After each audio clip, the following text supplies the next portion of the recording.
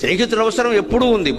బంధువులు కూడా మన కాపాడుతారో లేదో చెప్పడం, స్నేహితులు కాపాడు తీరతాడు ఖచ్చితంగా. స్నేహంలో ఆ విలువ ఉంది, అనుమానమే. కానీ ఆ స్నేహితుడిని ఎంచుకోవాలి కదా. అందుకే ప్రాచీనమైన ఒక సూక్తి చెబుతారు, స్నేహితుల కోసం ప్రాణం ఇవ్వడం గొప్ప విషయం కాదుట, ఇచ్చేయచ్చుట.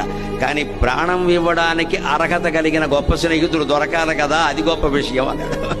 స్నేహితుల కోసం ప్రాణత్యాగం చేయడం గొప్ప విషయం కాదయ్యా, ప్రాణత్యాగానికి అర్హుడైన స్నేహితులు దొరకాలి కదా, అది గొప్ప విషయం కదా. స్నేహం అంటే అలా ఉండాలి కదా.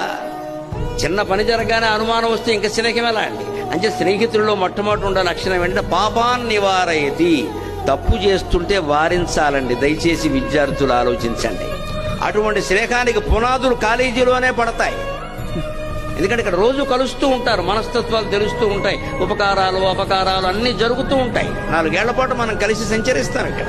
అందులో హాస్టల్లో ఉండేవాళ్ళు ఇంకా దగ్గరగా ఉంటారు. జాగ్రత్తగానే ఉండాలి, చూసుకోవాలి.